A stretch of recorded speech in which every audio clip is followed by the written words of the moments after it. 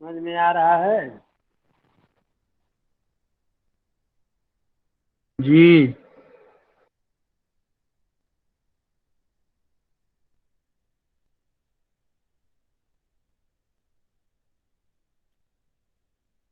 तो पार मध्य शब्दों षष्ठ्यंतेन सहवासमुच्यते दंतत्वं च अनिवर निपात्यते पक्षे षष्ठी तत्पुरुष। और षष्ठ्यंत के साथ पार मध्य का समास ये करता है, अव्यय भाव संज्ञा हुआ।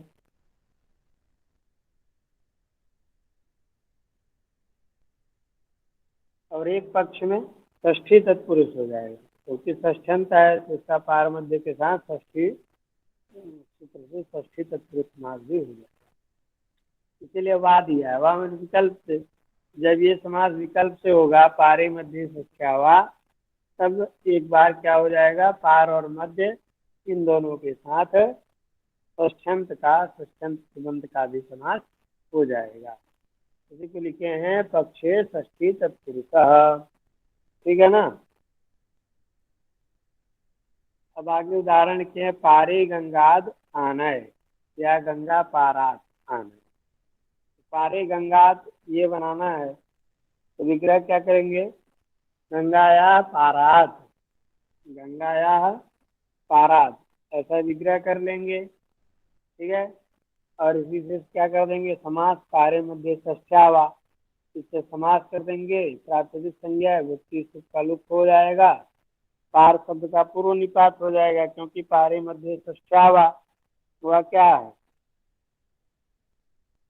समास विधायक शास्त्र में प्रथमा निर्दिष्ट पद कौन है, पारे मध्य, ये दोनों पद है। इसका पूर्व प्रयोग हो जाएगा, इसके बाद निपातनादित हो जाएगा, हो जाएगा क्या, पारे गंगा, फिर अव्ययी भाव समास है संज्ञा होकर हरस हो जाएगा पारे गंग। ठीक है, पारे गंग हो जाएगा। अब जब पंचमी विभक्ति इससे ले आएंगे, तो पंचमी का तो चूंकि लुक होता नहीं है ना भावात से, तो इसलिए वह विभक्ति रह जाएगी, तो बन जाएगा पारे गंगा। ठीक है।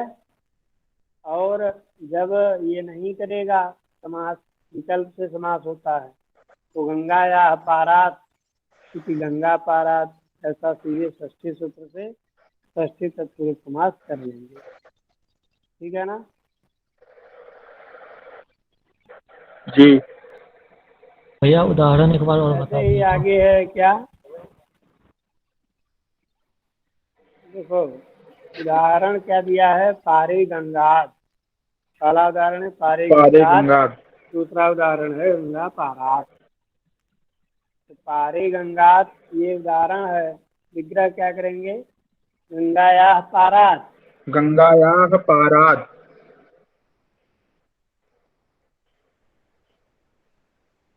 गंगा या पारात। तो ये जो है षष्ठ्यंत कौन हो गया, गंगा का ये है, इसका पार के गंगा साथ का। क्या हो जाएगा, समास हो जाएगा, है कि नहीं? जी। जी। हाँ, तो पारी मध्य षष्ठ्यावास सूत्र के द्वारा पार मध्य शब्द का षष्ठ्यंत प्रतिस्वंद गंगा के साथ समास समास इसी सूत्र से हुआ, क्या प्राप्ति संज्ञा सुपालुक हुआ, तो क्या हो गया, तो प्रथमान अधिकतम समास जन्म लेगा तस्मात् पारी मध्य निर्दिष्टं षष्ठ्यावास सूत्र में। समासः। प्रथमा निर्दिष्ट पद कौन है, पारात्। पारी मध्य सूत्र में प्रथमा निर्दिष्ट पद है पारी मध्य, एदम तत्व उसमें निपातनात् हुआ है। ठीक है। तो समास विधायक जी। शास्त्र है पारे मध्य षष्ठ्यावा, उसमें प्रथमान निर्दिष्ट पद है पारे मध्य, तद्बुद्ध लक्ष्य में है यहाँ पार शब्द, इसका हो जाएगा क्या, पूर्व प्रयोग। अब पूर्व प्रयोग होने के प्रयोग। बाद चूंकि एकदम तत्व निपातनात् किए हैं, तो एकदम तो हो जाएगा, तो बन जाएगा पारे गंगा, व्यक्ति का लुक हो गया है पारे गंगा, पारे गंगा ऐसे ही बन जाएगा। ठीक है। अब क्या हो जाएगा, बेभान नपुंसक संज्ञा करेगा, के प्राप्त फरस्त कर देगा, तो बन जाएगा पारे गंग। और जब इससे सु इत्यादि ले आएंगे तो पारे गंगम तब होगा, लेकिन जब पंचमी विभक्ति ले आएंगे, क्या गस, तो जब गस ले आएंगे तो नाभ्य भावादतुम, तो पंचम्या कहता है, पंचमी को छोड़ करके तो पंचमी में शुभ का लुक नहीं हुआ, तो पारे गंग शब्द से जो आया गंस, इसका पंचमी में रूप बन गया पारे गंगा। समझ में आ गया कि नहीं सुधांशु? जी। जी भैया।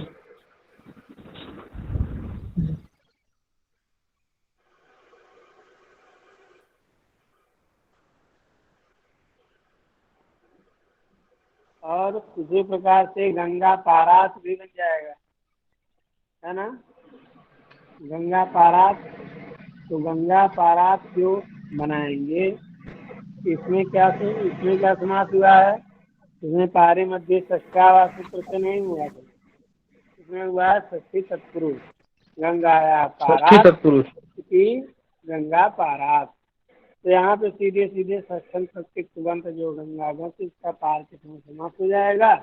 जी। तो समास करने के बाद हाँ षष्ठी तत्पुरुष बना लेंगे तो गंगा पारा। तो षष्ठी तत्पुरुष क्यों हुआ है यद्यपि? तो षष्ठी तत्पुरुष इसीलिए हुआ क्योंकि वह विकल्प से करता है। तो पारे मध्य षष्ठ्यावा, इस सूत्र से विकल्प होने के कारण पारे गंगात एक रूप, दूसरा रूप गंगा पारात। ठीक है, समझ में आ गया सबको? अमन? जी। ऐसे ही मध्य गंगात है, गंगा मध्यात है। ठीक है, तो मध्य गंगात का भी क्या करेंगे विग्रह? गंगायाः मध्यात। क्या गंगायाः करेंगे? मध्या। गंगायाः मध्यात्। गंगायाः मध्यात ये लौकिक विग्रह कर लेंगे।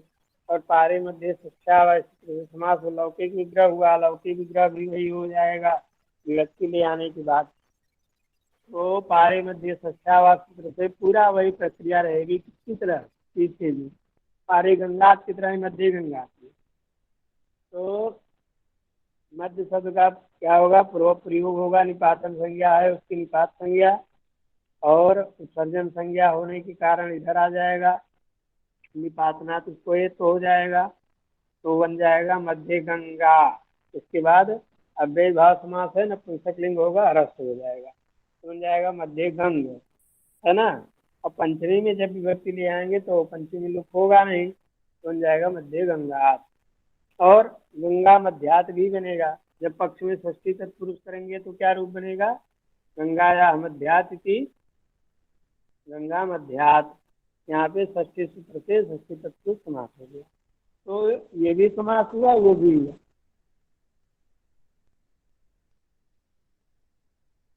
समझ में आया कि नहीं नीरज? भैया यहाँ गंगा यहाँ से गंगात कैसे बन गया पंचमी में? चलो आगे क्या लिखा है? हाँ,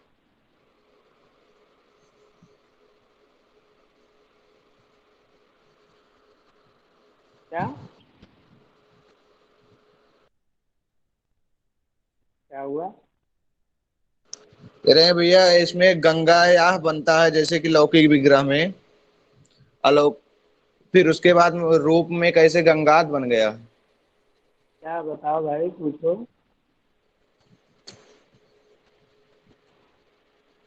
हम्म।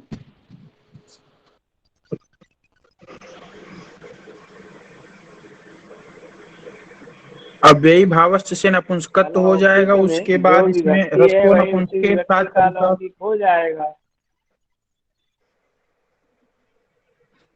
जी भैया। जो लौकिक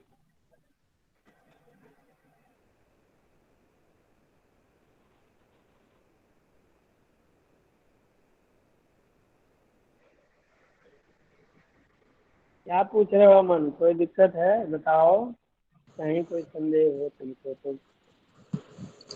भैया इसमें जो गंगा याह करते हैं, गंगा याह क्या पूछना चाह रहे हो? गंगा याह मध्य जो एक विग्रह कर हम्म। रहे हैं, गंगा याह पारात गंगा याह मध्यात, तो गंगा शब्द से ग से विभक्ति आती है, तो यहाँ पर पंचमी में कैसे गंगा याह बनता है तो हाँ। गंगात कैसे हो गया?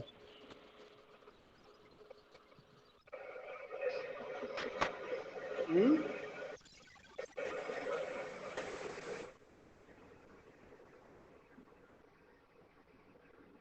गंगाया तो षष्ठी का रूप है ना।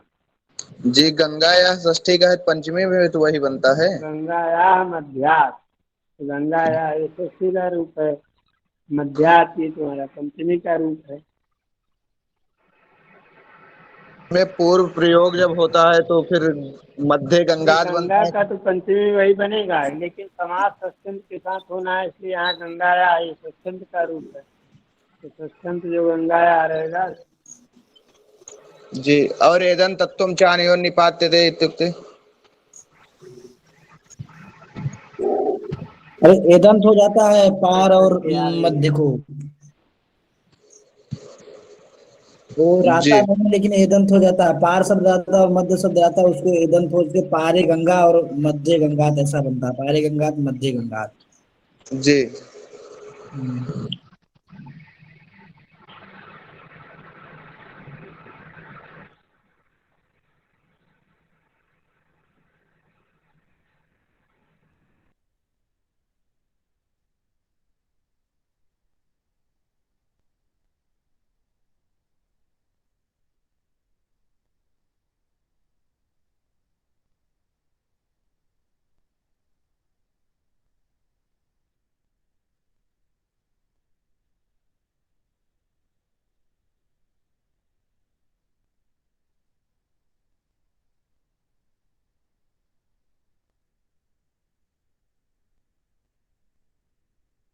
आवाज आ रही है?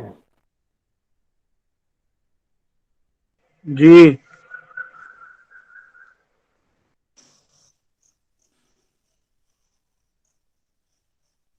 जी भैया आ रही। हाँ मैम, बताओ क्या कह रहे थे। मध्य गंगा। हो गया, बन गया भैया। मध्य गंगात हो गया जब समास हो गया, जब नहीं होगा तो गंगा मध्यात ऐसा बन जाएगा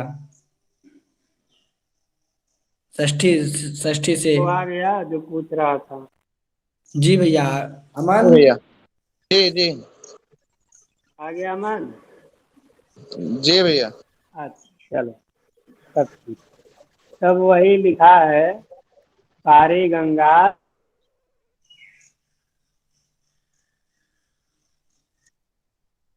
गंगा पारात, मध्य गंगात, समास वाले रूप बन जाएंगे। और समास तो बनी गया, आगे भी लिख रहे हैं, महाविभाषया वाक्यमपि। बोले कि यहाँ पे महाविभाषा का अधिकार चल रहा है। किसका अधिकार चल रहा है? महाविभाषा का अधिकार चल रहा है इन सब सूत्रों में। हाँ, क्योंकि जो पीछे सूत्र था विभाषा, जी वही विभाषा से अधिकृत जितने सब हैं सब महाविभाषा में आ जाएंगे, है ना। जी जी। तो महाविभाषा, महाविभाषा इसीलिए है कि पूरे आगे समास विधियों में, प्रायः सभी समास विधियों में विभाषा होती। की क्या होती है, अनुवृत्ति होती है। इसलिए इसका नाम क्या है? महाविभाषा। महाविभाषा है कि नहीं। तो जी महाविभाषया वाक्यम अपि, महाविभाषा के द्वारा विकल्प होने के कारण एक बार वाक्य भी बनेगा। क्या वाक्य बनेगा? गंगाया पारात, गंगाया मध्यात, माने तीन तीन। पहले जब पारे मध्य षष्ठा समास कर देगा तो मध्य गंगात और पारे गंगात। जब वो समास नहीं किया, वाह है विकल्प से समास हुआ, तब उसकी जगह कौन समास हो गया? षष्ठी षष्ठी तत्पुरुषम। तत्पुरुष हो गया। षष्ठी तत्पुरुष भी जब विकल्प से हुआ, तब क्या हुआ? वाक्य ही रह गया, गंगाया पारात, गंगाया मध्यात। मध्य। ना समझ में आया सबको? जी जी। हम्म? जी भैया। आप देखिए, तो ये तीनों रूप बना लोगे ना। हाँ, हाँ बन जाएगा भैया। अब ये कह रहे हैं कि जब महाविभाषा का अधिकार चल ही रहा है, विकल्प से हो रहा है कार्य, तो पारे मध्य षष्ठ्या वाह में वाह ग्रहण क्यों किया? हम्म। समझे कि नहीं? जी, महाविभाषा का अधिकार चल ही रहा, जी सही है। जब महाविभाषा का अधिकार चल रहा है, तो विकल्प हो जाएगा।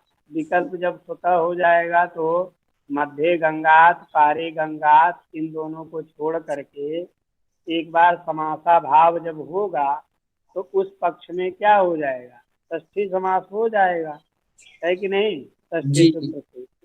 और षष्ठी समास में भी विभाषा का अधिकार है तो वाक्य भी बन जाएगा।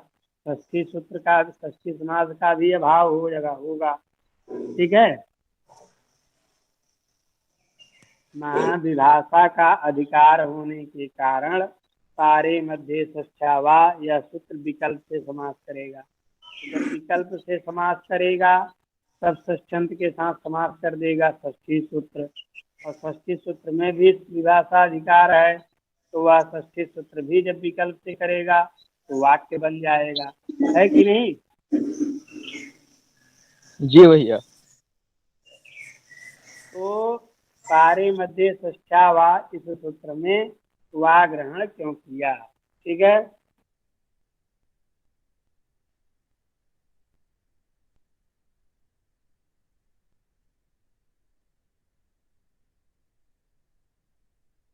समझ में आया ना। जी भैया। तो जो पारे मध्य षष्ठ्यावा ये सूत्र है, इस सूत्र में वा ग्रहण ज्ञापन करेगा। वा ग्रहण क्या करेगा, ज्ञापन करेगा। हाँ, विभाषाधिकारादेव वैकल्पिक सिद्धे, विभाषाधिकारादेव वैकल्पिकत्व सिद्धे पुनर्वाग्रहणम ज्ञापयति। क्या कहा, विभाषा अधिकारादेव वैकल्पिक सिद्धे पुनर्वाग्रहणम ज्ञापयति। ज्ञापयति। किम ज्ञापयति बता। ठीक है। जी तो क्या ज्ञापित करता है, यत्रोत्सर्गापवादौ महाविभाषया विकल्प्येते तत्रापवादेन मुक्ते पुनरुत्सर्गो न प्रवर्तते। ये ज्ञापन करेगा। क्या भैया ज्ञापन करेगा, इसको लिख लेते हैं। यत्रोत्सर्गापवादौ महाविभाषया विकल्प्येते तत्रापवादेन मुक्ते पुनरुत्सर्गो न प्रवर्तते। देखो जा देखो, जहाँ उत्सर्ग और अपवाद, उत्सर्ग और अपवाद इन दोनों का किससे महाविभाषा के द्वारा विकल्प हो जाएगा। किसका विकल्प होगा, उत्सर्ग का भी अपवाद का भी। महाविभाषा के द्वारा जब विकल्प हो जाएगा तो अपवाद का विकल्प होने के बाद, ठीक है, जैसे उत्सर्ग में प्राप्ति हुई, माने उत्सर्ग सूत्र से समास की प्राप्ति हुई, फिर उसको बांध करके अपवाद सूत्र से समास की प्राप्ति हुई, है कि नहीं। तो जब अपवाद सूत्र बांध करके समास एक बार कर देगा और विकल्प होगा महाविभाषा के द्वारा, तो पुनः से अपवाद के से मुक्त होने पर पुनः उत्सर्ग की प्रवृत्ति नहीं होगी। बात समझ में आ रहा है कि नहीं।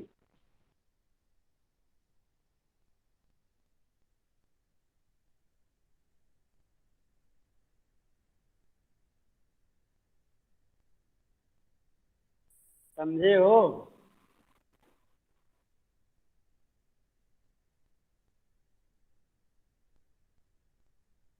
जी भैया। समझ में आया कि नहीं।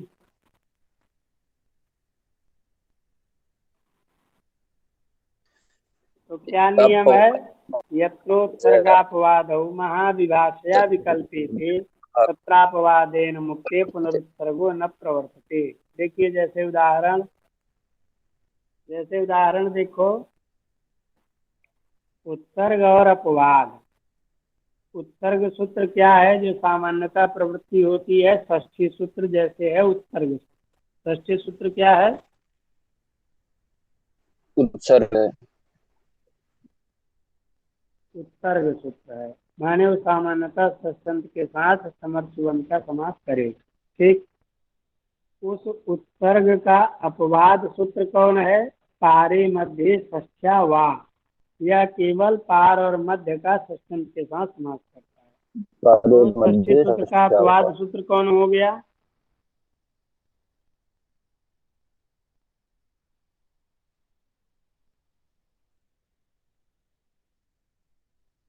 ये उसका अपवाद है।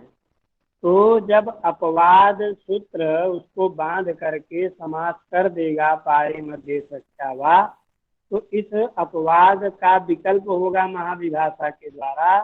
तो महाविभाषा के द्वारा जब दोनों का विकल्प होता है तो अपवाद से मुक्त होने पर पुनः उत्सर्ग की प्रवृत्ति नहीं होती है।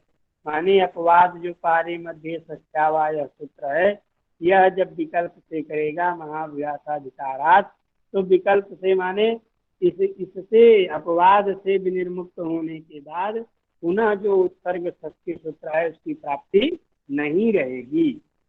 बात समझ में आया कि नहीं? जी भैया।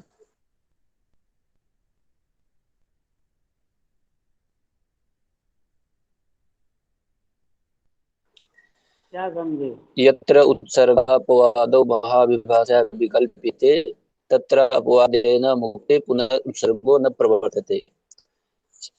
मतलब जहाँ उत्सर्ग शास्त्र और अपवाद शास्त्र, तो उत्सर्ग अपवाद शास्त्र में जहाँ महाविभाषा के द्वारा विकल्प की ठीक है।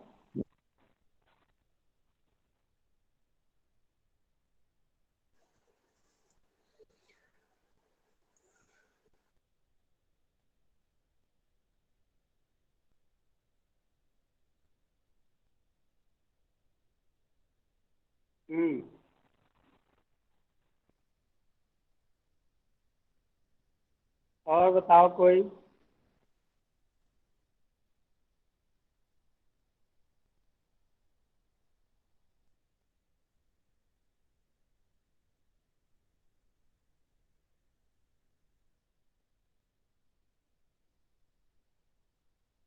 बोलो।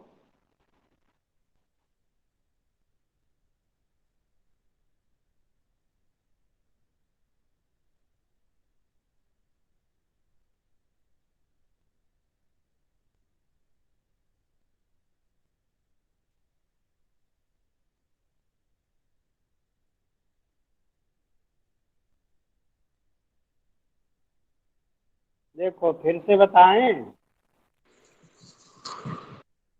हाँ बोलो अनिल।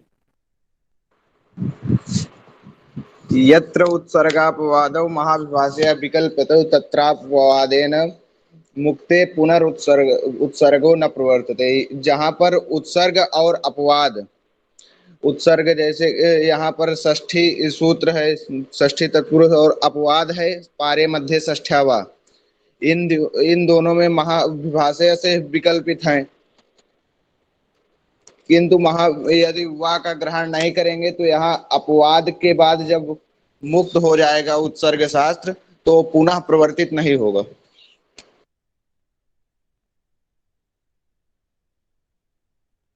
इसलिए वा का ग्रहण करते हैं।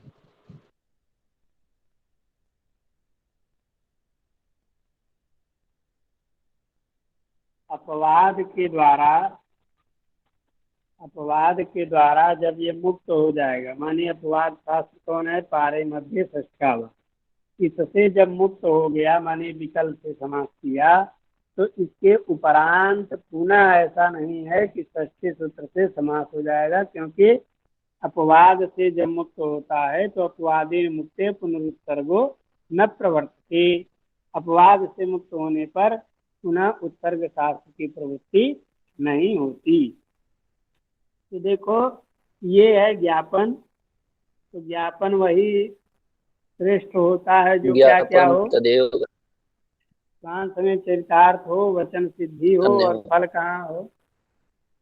हाँ, ज्ञापनम तदेव वरम यत् स्वाम से चरितार्थम फलम अन्यत् वचन सिद्धि ही फल मन्यत।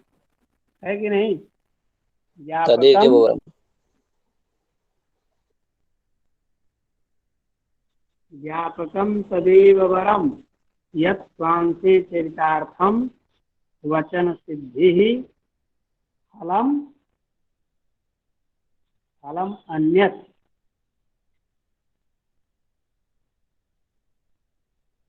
बात समझ में आ रही कि नहीं? आवाज स्पष्ट आ रही है हमारी? जी भैया। सब ठीक है। देखो ज्ञापन तब इसको बताते हैं ज्ञापन यहाँ कैसे हुआ? ज्ञापकम तदेव वरम चित्तांते चरितार्थम वचन सिद्धि फल मन्यत। ज्ञापक वही श्रेष्ठ होता है जहाँ ये तीन बातें हों। क्या क्या हो? स्वांत में चरितार्थ हो, वचन की सिद्धि हो, और क्या हो? फल अन्यत्र हो। है कि नहीं? तो अब यहाँ पे विकल्प की प्राप्ति नहीं थी किससे? महाविभाषाधिकारादेव विकल्प यहाँ सिद्ध था। तो पुनः वा ग्रहण जो है, उस वा ग्रहण ने क्या कर दिया? स्वांश में चरितार्थ हो गया, माने अपने विकल्प के लिए वो कार्य करेगा। फल अन्यत्र इसका कहाँ होगा? फल अन्यत्र होगा जैसे कहाँ पे? जहाँ षष्ठी सूत्र के द्वारा समास होना है, जैसे पूर्वम कायस्य है, तो पूर्वम कायस्य यहाँ काय का क्या होता है? षष्ठी समास होता है कि नहीं? जी।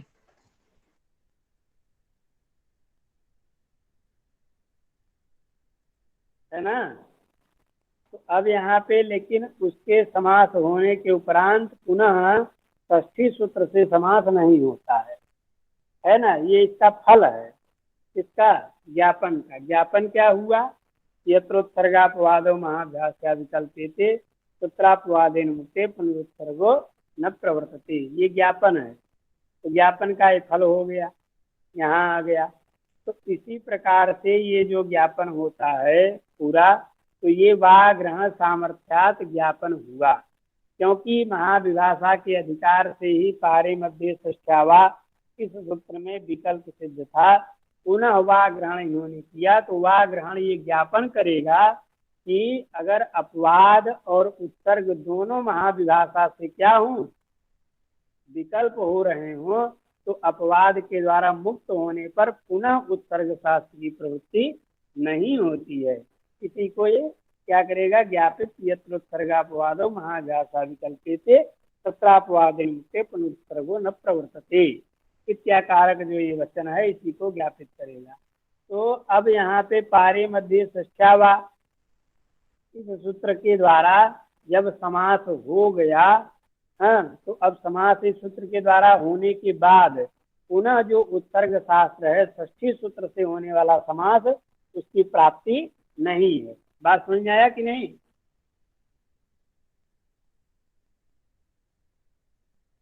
जी भैया।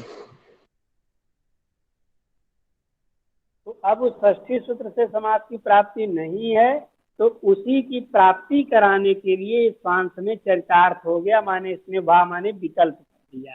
तो जब विकल्प कर दिया तो विकल्प करने के कारण क्या हो गया?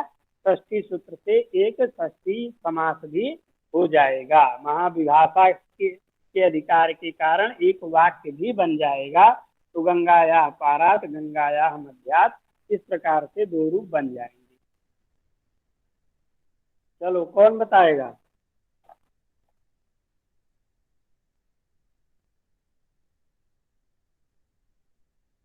हाँ,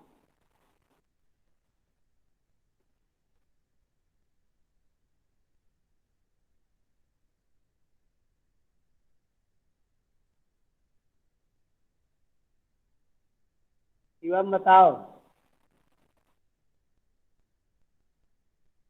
जी भैया। भैया सबसे पहले गंगायाः मध्यात् में षष्ठी इस उत्सर्ग सूत्र के द्वारा षष्ठी समास, षष्ठी तत्पुरुष समास होगा। लेकिन जब यह सूत्र आ जाएगा पारे मध्य षष्ठ्या वा, तो इससे वो विकल्प से समास होगा और एक रूप पारे गंगात या मध्य गंगात भी बनेगा। फिर प्रश्न उठा कि जब ये पूरा महाविभाषा का अधिकार चल ही रहा था, तो इस वाक्य महाविभाषया वाक्यमपि जी, तो ये वा देने का क्या मतलब हुआ? तो उसके लिए कहे कि विभाषाधिकाराद एवं वैकल्पिक सिद्धे पुनर्वा ग्रहणम किंच ज्ञापयति, कि फिर से वा का ग्रहण जो है विभाषा के अधिकार पे विकल्पता को सिद्ध करने पर भी वा ग्रहण क्यों किया? हाँ, तो वा ग्रहण कुछ किसी चीज का ज्ञापक होता है। तो प्रश्न उठा कि किस बात का ज्ञापक है? तो कहे कि यत्रोत्सर्गापवादः महाविभाषया विकल्प्येते तत्रापवादेन मुक्ते पुनः उत्सर्गो न प्रवर्तते। तो उत्सर्ग सूत्र हो गया षष्ठी और अपवाद सूत्र हो गया पारे मध्य षष्ठ्या वा। तो इसके बाद जब अपवाद के द्वारा यह उत्सर्ग सूत्र जो षष्ठी था वो मुक्त हो गया, अर्थात यहाँ पे पारे मध्य षष्ठ्या वा इस अपवाद सूत्र के द्वारा आगे की प्रक्रिया बढ़ गई, तो उसके बाद फिर से यह उत्सर्ग सूत्र प्रवर्तित नहीं होगा, और जब वह प्रवर्तित नहीं होगा तो वाक्य के रूप में ही उसका प्रयोग हो जाएगा। तो गंगायाः पारात और गंगायाः मध्यात् भी यह रूप सिद्ध होंगे।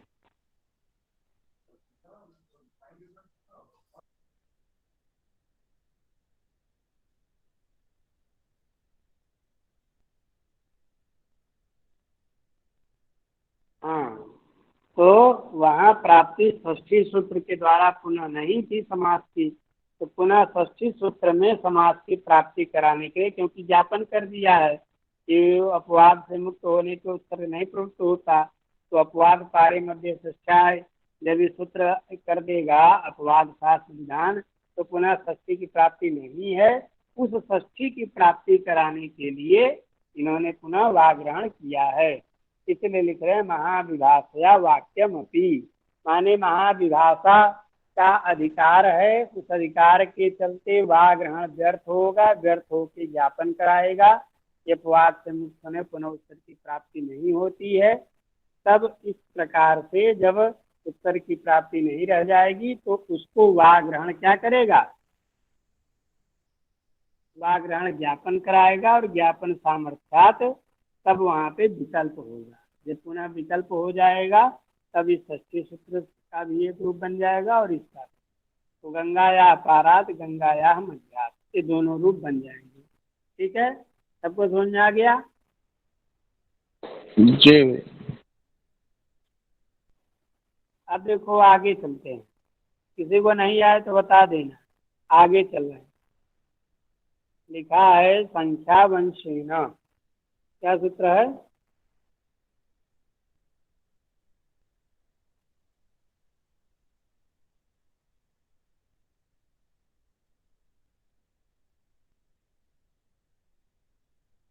संख्या वंशेन, संख्या ये हो गया प्रथमांत, वंशेन ये है तृतीयांत, है ना।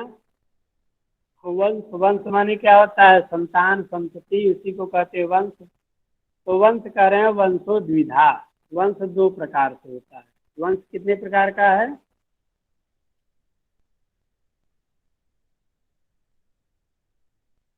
दो प्रकार का। दो प्रकार का है।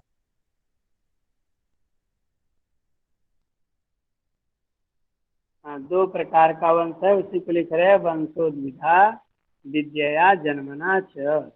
विद्या के द्वारा भी एक वंश चलता है और जन्म के द्वारा भी चलता है। तत्र भवो वंशः, और जो वंश में उत्पन्न होता है उसको क्या कहते हैं? वंश, माने वंश में रहने वाला, वंश में होने वाले को क्या कहेंगे? वंश। उसी को लिख रहे हैं तत्र भव, तत्र माने वंशे भव, वंश माने विद्या और जन्म के द्वारा होना, उत्पन्न होना, माने संतति, वंशा। ठीक है, वंशा संतति, और तत्र भवः वंश्या। ठीक है ना।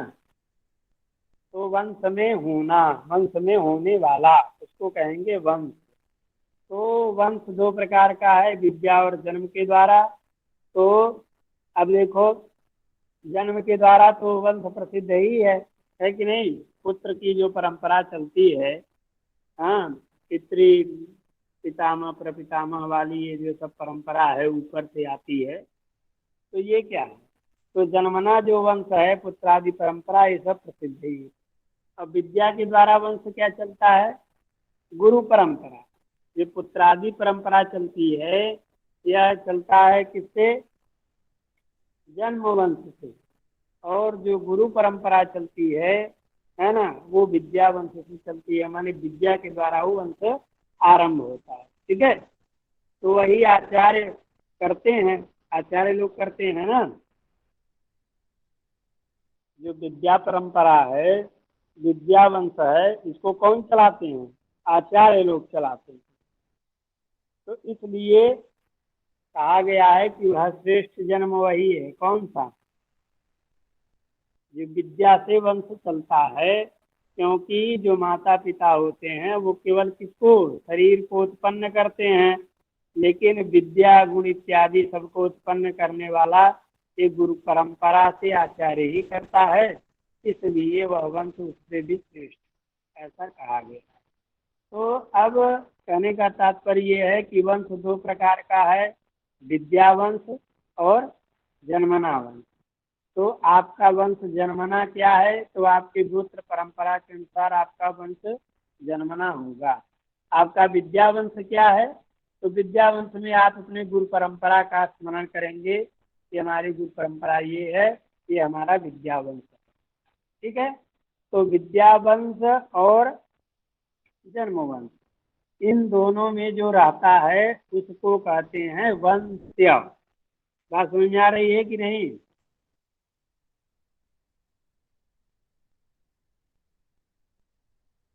जी भैया। तो उसी को लिख रहे हैं, तत्र भवु वंशः वंश्यः, तत्र माने वंशे, वंशे भवः वंश्यः। ठीक है, तो तदवाचिना माने वंशवाचिना, वंश नहीं वंश्य, वंशे भवः वंश्यः, वंशवाचिना सह संख्यावा समस्यते। ठीक है, तो वह लिख रहे हैं वंशवाचिना, है ना, वंशवाचिना सह संख्यावाचकम सुबंतम विकल्पेन समस्यते सच अव्ययी भावः। क्या अर्थ करेंगे?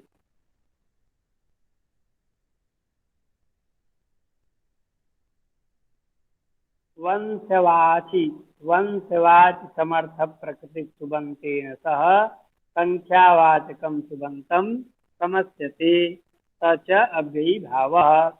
वंशवाची समर्थ प्रकृति सुबंतेन सह संख्यावाचकम सुबंतम समस्यते सच अव्ययी भावः। ठीक है, उदाहरण देखिए लिखा है, द्वौ मुनि वंश्यौ इति द्विमुनि व्याकरणस्य। द्वौ मुनि वंश्यौ, दो मुनि है वंश, तो उसको कहेंगे द्विमुनि। व्याकरण के क्या है?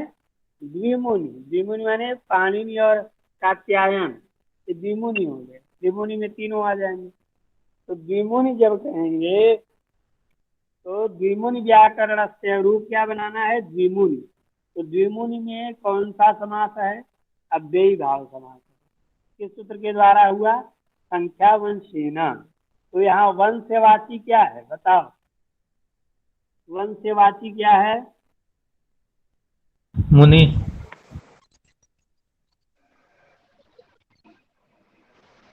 मुनि।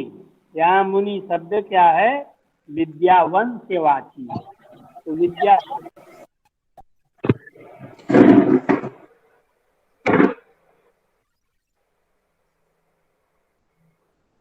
ठीक है, और मुनि शब्द विद्या वंशवाची है, इसी को कहने के लिए वंश्य भी कहा। ठीक है, तो द्विमुनि व्याकरणस्य, तो द्विमुनि यह रूप बनाना है। तो द्विमुनि जब रूप बनाना है तो कैसे बनेगा? द्वौच तौ मुनि, द्वौच द्वौच तौ मुनि इति द्विमुनि। क्या विग्रह?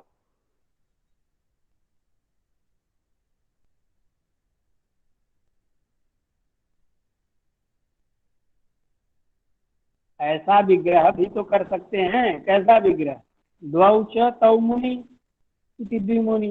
तो जब ऐसा विग्रह करेंगे तब यहाँ पे विशेषणम विशेषण बहुलम इस सूत्र से क्या प्राप्त हो जाएगा? कर्मधारय समास, है कि नहीं? तो इस प्रकार से कर्मधारय समास प्राप्त होगा। उस कर्मधारय समास को बांध करके यह समास होता है। कौन सा समास? संख्या वंशेन। तो वंशवाची समर्थ प्रकृति सुबंध के साथ संख्यावाची का समास। इसलिए द्वौच तौ मुनि इस प्रकार से विग्रह करके, है ना, त्रयश्च ते मुनयः इस प्रकार से विग्रह करके विशेषणम विशेषण बहुलम इत्यादि से कर्मधारय नहीं करते। अभी क्या करते हैं? संख्या वंशेन इस सूत्र के द्वारा अव्ययी भाव समास करते हैं। तो अब अव्ययी भाव समास के दो मुनि वंश्यौ, ये इन्होंने लौकी विग्रह कर दिया, और द्वि मुनि है तो द्वि औ है, मुनि औ है, और इस स्थिति में सूत्र रहेगा संख्या वंशेना। तो संख्यावाची यहाँ पे वंशवाची पहले कौन है? मुनि है ना, मुनि औ। तो वंशवाची सुबंत है मुनि औ, उसका संख्यावाची सुबंत माने द्वि औ के साथ समास हो जाएगा। प्रातिपदिक संज्ञा विभक्ति का लोप हो गया, बन गया द्विमुनि। अब चूंकि ये अव्ययी भाव समास है तो सु ले आएंगे, सु का अव्याद आप सुपर से क्या हो जाएगा? लुक हो जाएगा। तो लुक हो जाएगा तो केवल कितना रूप बनेगा? द्विमुनि। द्विमुनि व्याकरणस्थ द्विमुनि है कि नहीं? माने व्याकरण संबंधित दो ऋषि, पाणिनि और कात्यायन। ठीक है ना? जी। बात समझ में आई कि नहीं? ऐसे ही त्रिमुनि व्याकरण से त्रिमुनि, तो व्याकरण से त्रिमुनि कैसे बनेगा? तो ऐसे ही ये भी बनेगा। कैसे बनेगा? त्रयः मुनयः, त्रयः मुनयः वंश्याः, त्रयः मुनयः वंश्याः इति त्रिमुनि। तो त्रिमुनि व्याकरण से ये भी बन जाएगा, तीन मुनि व्याकरण के। तो यहाँ कर्मधारक को बांध करके संख्या वंशेन क्या कर देगा? अव्ययी भाव समास कर देगा, तो बन जाएगा त्रिमुनि। और त्रिजस मुनिजस रहेगा, संख्या वंशेन वंशवाची है मुनिजस, उसका त्रिजस इस समर्थ प्रत्येक संख्यावाचक सुबंध के साथ समास हो गया। समास होता प्रातिपदिक व्यक्ति का लोप कर दिए त्रिमुनि। अब यहाँ पे प्रथमा निर्दिष्ट संख्यावाची है तो उसी का पूर्व प्रयोग भी होगा, त्रिमुनि ऐसा बनेगा।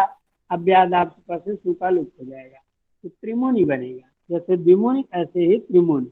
तो त्रिमुनि व्याकरणस्य द्विमुनि व्याकरणस्य ऐसा बनेगा। और आगे क्या होता है कि विद्या और विद्यावान में अभेद विवक्षा करते हैं। क्या करते हैं?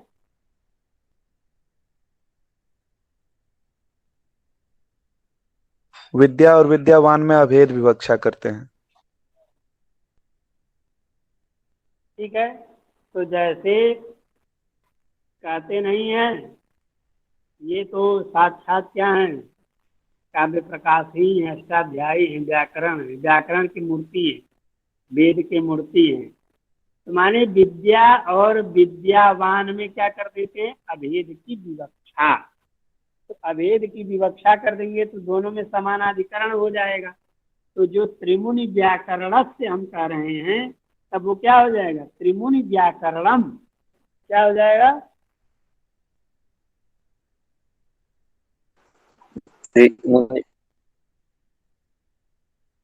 त्रिमुनि व्याकरणम।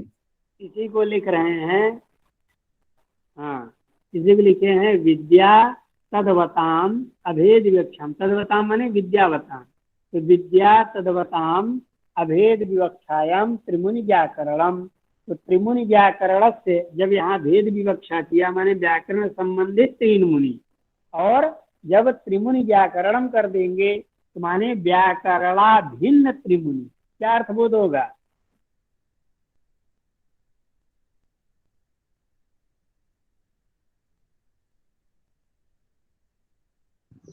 व्याकरणा भिन्न त्रिमुनि।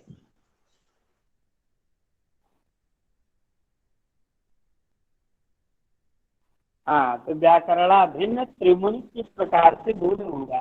वहाँ त्रिमुनि व्याकरण तो व्याकरण संबंधी त्रिमुनि द्विमुनि, और द्विमुनि व्याकरणम त्रिमुनि व्याकरणम माने तीन मुनि ही व्याकरण स्वरूप है, व्याकरण त्रिमुनि स्वरूप ही है। इस प्रकार से अभेद विवक्षा कर देंगे तो त्रिमुनि व्याकरणम यह प्रयोग भी हो जाएगा, और त्रिमुनि रूप की सिद्धि उसी प्रकार से होगी। ठीक है ना, जैसे पीछे बना है। एकविंशति भारद्वाजम, क्या बनाना है? एकविंशति भारद्वाजम। अब देखो, एकविंशति भारद्वाजम यह रूप बनाना है। तो एकविंशति भारद्वाजम यहाँ पे भी ऐसे ही विग्रह कर लेंगे। अब वो विद्यावंश था, अब विद्यावंश के बाद क्या है? जन्मवंश। जन्मवंश है। हाँ, तो अब जन्मवंश के विषय में बता रहे हैं, उसका उदाहरण दे रहे हैं। एकविंशति भारद्वाजम, एक विंशति भारद्वाजम में विग्रह ऐसे ही कर लेंगे। क्या विग्रह कर लेंगे?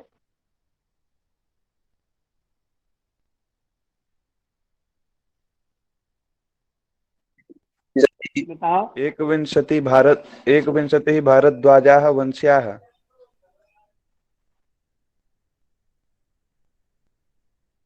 हाँ हाँ, ये विग्रह करेंगे। एक विंशति भरद्वाजाश्च, ऐसा करके कर्मधारय हैं। एक विंशति भरद्वाजाः वंश्याः इति एक विंशति भारद्वाजम। ठीक है, इस प्रकार से विग्रह कर लेंगे। और इस प्रकार से विग्रह कर देंगे तो क्या हो जाएगा? भरद्वाज शब्द चूंकि विदादिगण में पठित है तो उससे अय प्रत्यय हो जाएगा। तो अय प्रत्यय होने के कारण क्या बन जाएगा? भरद्वाज है ना। और उसके बाद क्या होगा? आदि को वृद्धि हो जाएगी तो बन जाएगा क्या? भारद्वाज। भारद्वाज बन जाएगा। यह योश सूत्र एक तो है तो उससे आता है, लोप हो जाता है। किसका? अय का। तो अय का लोप हो जाएगा तो बन जाएगा क्या? क्या बन जाएगा? भारद्वाज। एक विंशति है ही, एक विंशति भारद्वाज। और जब भारद्वाज शब्द को ही मान करके चलेंगे, है कि नहीं? जब भारद्वाज को ही मान करके चलेंगे तब कोई प्रत्यय करके और उसका लुक करने की आवश्यकता नहीं रहेगी। तब सीधे सीधे एक विंशति भारद्वाजा करके भी काम हो जाएगा। एक विंशति भारद्वाजा वंश्याः एक विंशति भारद्वाजम लगेगा संख्या वंशेन।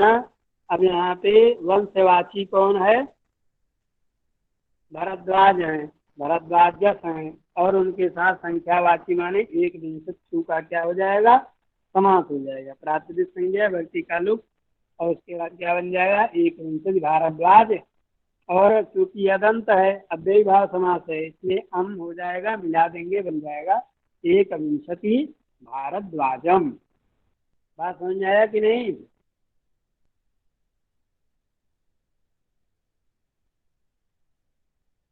भैया यहाँ योस्ट से क्या होगा?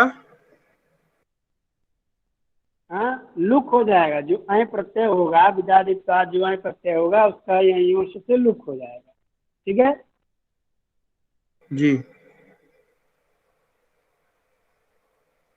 हाँ, तो आदि वृद्धि रहेगी तो एक विंशति भारद्वाज बन जाएगा। तो हो जी गया, जी आपको भारद्वाज बनाना ही है। एक विंशति भारद्वाजम। ठीक है। अब कुछ लोग भारद्वाज शब्द को ही पाठ में मानते हैं तो कोई उनको करना ही नहीं है वहीं करके। ठीक है ना?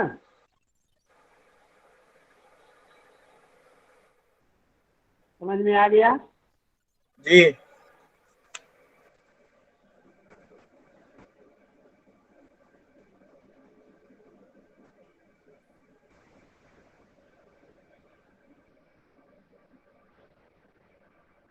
चलिए, तो ठीक है फिर आज अलम करते हैं।